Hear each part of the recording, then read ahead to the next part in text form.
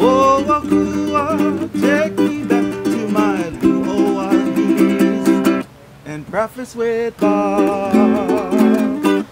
Pancho, man. We are brought to you by EAS Sports Nutrition, Hoka One One, Polar, Oscar Wellness, Velo Fix.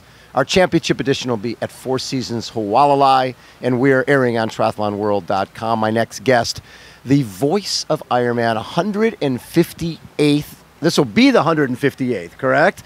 Ironman that he has been on the microphone for in 28.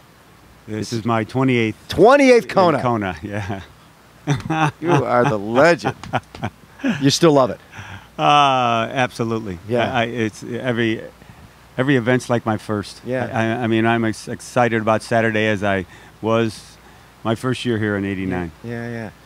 What's great about this race, and we always talk about the heat and the wind, the rest of it, but the level of competition is just unbelievable because it changes people's lives. And I think when you first started, yes, it was important, but it's the importance of the event now is magnified. It really is. And people ask me what's different about the race over the last 5 years, 10 years, 15 years. A lot is the same when that cannon goes off, but the competition within the event, yes, among the age groups, they all know who they are. Right. They know who that top 40 to 44 guy is or girl is in the world, and they're shooting for each other. Right. So the competition within the race is very intense. To be on the podium, sure, for me to bring the top 5 up on stage, that's like the holy grail. And when you look back over your time here, and obviously you were, it's funny when we did our countdown of our favorite 50 moments on Instagram, there's Sarah Reinertsen, there's you with Dick and Rick, and so many of those moments are embedded in people's minds. What are the moments that are embedded in your mind? Well, those types of moments are always embedded in my mind. I mean, the one moment that I've written about is I was up in the tower and I heard this sound behind me about 5:35 or 5:40 in the afternoon, on the where people were dismounting off the bike, and I hear this cheering. And I'm thinking, and I looked at my watch. I go, somebody didn't make their bike cut off, and I turned around and it was Sarah. And I got a teary moment because everybody was down there. She was crying, and I'm thinking, oh my gosh, she can't continue. Right. But yet I had to turn around. I had finishers. I'm back into the mode of, you are an Ironman, and that moment stuck with me forever. And then to bring her in the next year, it was one of the best ever. So people always ask me what are the greatest finishes I've ever seen, and they're all, to me, every finisher has their own story. They've got their own life. They've got their own bio. Right. And they all are number one.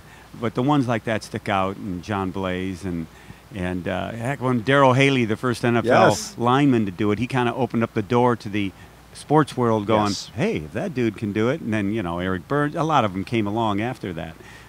So there's been moments that have defined this race and actually defined who I am and how I feel about this race. And when you travel around the world and you go to all these different Ironman races, do people actually reach out to you and say, you called me across in Lake Placid, you called me across in Wisconsin, and that meant the world to me? Yeah, it took a few years for it to sink in with me, because now people will come up and go, Mike, I've done 8 Ironmans and you've gotten me at 7 of them. Where was I at in 8th? You must have been in the bathroom. Yeah. Or they'll actually say, Mike, you said this about me. The exact words. This song was playing.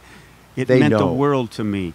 A couple will come up and the girl, the woman, the wife will come over into my ear and go, that was the greatest moment of my life, and look back to see if her husband's listening. It just is it just is amazing to me, that finish line, and for them to get there. We don't know everybody's story. We know they have a true story.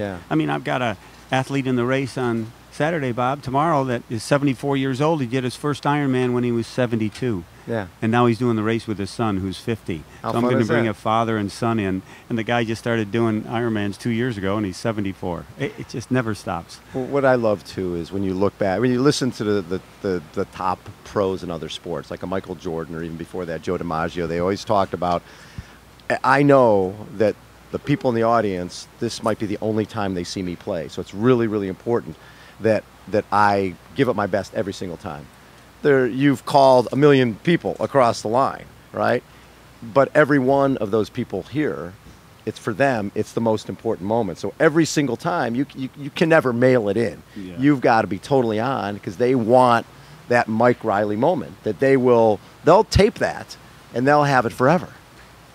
People say, how do you keep your energy up all day long for those 17 hours? And it's because everybody coming in is hearing us for the very first time. Yes. They deserve every accolade. They deserve the loudest applause. They deserve the world to know that they're an Ironman. In other words, not say that they're just an Ironman, but they're an Ironman and they've accomplished something greater than themselves. And I've had family members come up to me and go, God, I've been putting up with him for 6-8 months or 2 years trying to do this Ironman. But now, after you called them in and they start crying, I can't believe this. This was the best moment of his life. Thank you very much. I go, it wasn't me, but I get to put that exclamation point. Yes, that's what it is. On their lives, and people will come back at me 18 years later and 20 years later. Mike, you called me in Lake Placid in 1999, 2000, and it was the greatest moment of my life. Love that. It just keeps coming. One of the moments that I was reflecting on last night when we were speaking to a group was Dave Scott coming back at the age of 40. Wow. Right, in 1994, he comes back at the age of 40, and I remember rolling his bike in, and it had the shifters on the down tube. I was like, oh my God, this guy's a dinosaur. Why did he come back? He hadn't raced since '89. When some of the legends, when they come back and he has a race like that, and you're able to call him across, his boys are there, really, for the first time to really be old enough to understand what Daddy does. Those type of moments have to be special too. They are very special, and I've had at races an 18-year-old come up to me and go, "Hi, Mr. Reilly," and right away I go, "Oh no." He says, "I was 9 when I watched my mom and dad or my brother do the race, and now I'm in the Ironman this weekend." Wow, and it pays itself forward. When Dave came back and finished second at 40 years old, it was Herculean. Right. When athletes who this weekend, Natasha Bodman doing her 20th Ironman as a professional. Yes. Fernanda Keller, her 25th here. Ken Glaw. Ken Glaw is 33rd, and they're not at the top of the game, but they're still competing. Right. In other words, they're still part of life. Even though Kenny was top 10 and top 5 number of times, he's still competing and he's a part of life. And it's showing the world that, hey, don't stop. Just because you're not, the CEO of the company doesn't mean you're still not going to learn. Just because you're not a top athlete doesn't mean you're still not going to learn and stay a part of life. So you, like myself, have been involved with the sport since the Earth was cooling, right? We've seen this thing. Not that long ago. Maybe. Yes, we were. We were both there.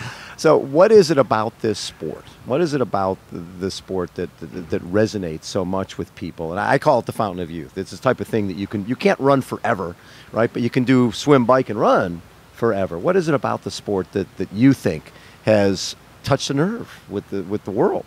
One, it keeps you young. Yeah. 2, they see normal, quote unquote, normal, everyday individuals, moms, dads, sons, daughters, overcoming cancer, overcoming mental illness, overcoming whatever odds in their life, that individual succeeding. Right.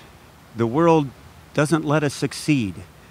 The world likes to put us down. Right. The negative news that comes across, there's more of it out there than positive. Right. So all of a sudden somebody sees a Peggy McDowell, who's 74 years old, do this race and finish, and they go, what? My grandmother, she can't even get out of her, I don't want to be like that, and I'm 50 years old, so I need to start doing something now. It shows the individual spirit that somebody can have to keep their world positive. Thus, the world around them stays positive, their family, their friends. People aspire to be like, even though they may not be an Ironman, they know their neighbor is an Ironman. You see them going out every morning running and stuff, and hopefully that person starts getting in shape and inspiring themselves. Right. It keeps us young. It keeps us fresh. It keeps us in the game. And when you look at this particular event, people talk about how much it's changed, and to me, it hasn't. It's changed, but it still means as much. There's something special about this island. There's something special about this community, the bond between the community and the athletes. What is it about this place that's so unique? I think this place is full of love. This place gives you the strength to overcome any doubts you have in your head about yourself. Yeah. When you step on the island, and every time I get off the flight, and I'm sure it's for you too, Yeah. it's like, whoa, here I am, and something just permeates your cells. It just engulfs you, and it's hard to explain. Mark Allen said last night at the Kona Mai, the welcome dinner, you know, you have to accept it. You accept the wind and the heat, and watch what happens. It makes you a better person. You can get through it, and that's what this place does. It's when somebody has never been here and you talk like this, they go, what is he talking about? But when people come, they feel it. Yeah. And if you accept it and you bring it as a part of yourself, it's going to make you a better person, not only on race day, but for the rest of your life. That's just what this island does. And the most important moment is midnight. Being Saturday, tomorrow night at midnight, when the last finishers come in, and having that crowd, which is north of 10,000, 15,000 folks that are down there at that finish line at midnight, that is the ultimate celebration, ultimate bonding between the culture of the island and the culture of the event itself. It is, and you know, those 10, 15,000 at the finish, we've got about 45, 50,000 as they're coming in. Yes, out along there on the roads, road. yeah. So the build-up is coming, that they're getting to that finish line. Yes. They can hear our voices up Palani. Some people say, you know, 2 miles away, all of a sudden I heard the music in your voice. Well, I can't stop now, so they know they were coming home. But when I see I call them the iron spectators in the crowd, with the veins coming out of their neck and their hands raw with clapping, I tell them, go home with sore voices and sore hands. Right. Then you know you gave that athlete everything they deserve. And the locals coming out to bring them home. A lot of volunteers will volunteer 8-9 hours during the day, get dinner and come back to that finish line, you know, the last hour or two. Yes. To bring those final, as I call the final winners, on in. And, you know, we have had people finish here at 16:59, 59. Yes. And to get them all underneath that 17-hour mark that's the goal. So they're an Ironman. Well, and the other thing that has changed, obviously, used to be if somebody who was in their 60s and came across the line, that was huge. Now we've got, you know, you've got 80-year-olds, right? And then 85-year-olds.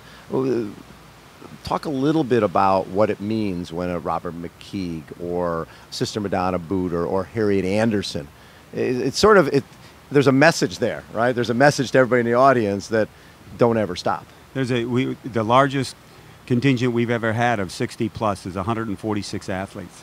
70 plus, I've got 45. 45 athletes, 70 plus. 70 years and over, 45. We used to have 1, 2. Right, exactly, yeah. And maybe they wouldn't finish. Yep. Now we'll get 80% of them finishing easily, maybe 90%. Yeah. I think it's that no quit attitude. You know, I asked Peggy last night, who's 74. I said, "Who do you train with?" She goes, "By myself." Yes. I got nobody around anymore. Nobody's going to train with me. And they just, I think what they do is they can't get it, which is a good thing. They can't get it out of their system. They want to succeed.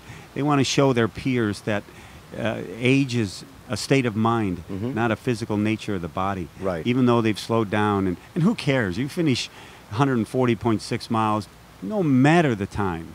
And Bob, you and I have seen it, pros that had a very bad day. Yep. And they walked in at 10 hours, 11 hours. But they stayed on the course and walked in, Yes. even though they weren't in the top 10. Well, we've seen that, Paulie Kiru, Jurgen Zach, and so many of the other guys that other races, they would just bag it and go, okay, I need to go get ready for Ironman Arizona or something else. It's not my day.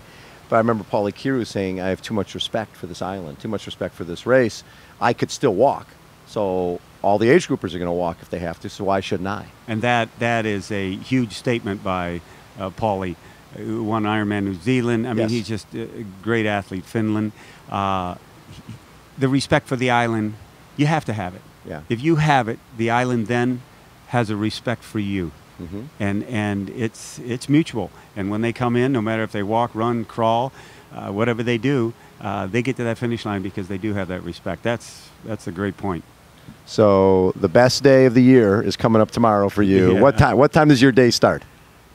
Well, I'll wake up at 3:30. You can't. I don't sleep a whole lot tonight. No. So I'll wake up at 3:30, 4, and then mosey on down here, and I'm down here by 4:30, and we turn on the speaker system at 5 as the athletes are walking back to go behind the resort to get their body marked, yep. and then check in and grab their bags and then go to the bike. And so you try to keep it nice and calm in the morning, like you're talking to your Yes. friend over coffee, and Right. keep everybody And then, we started in the pros early the men at 6:25, and then the women at 6:30, and I've got to get those pros in the water. But then the age groupers don't start for another 20, 25 minutes. So then in between that time, we've got Hawaiian Breeze does a lot of ceremonial stuff from the seawall, which is absolutely gorgeous, sending everybody on their way.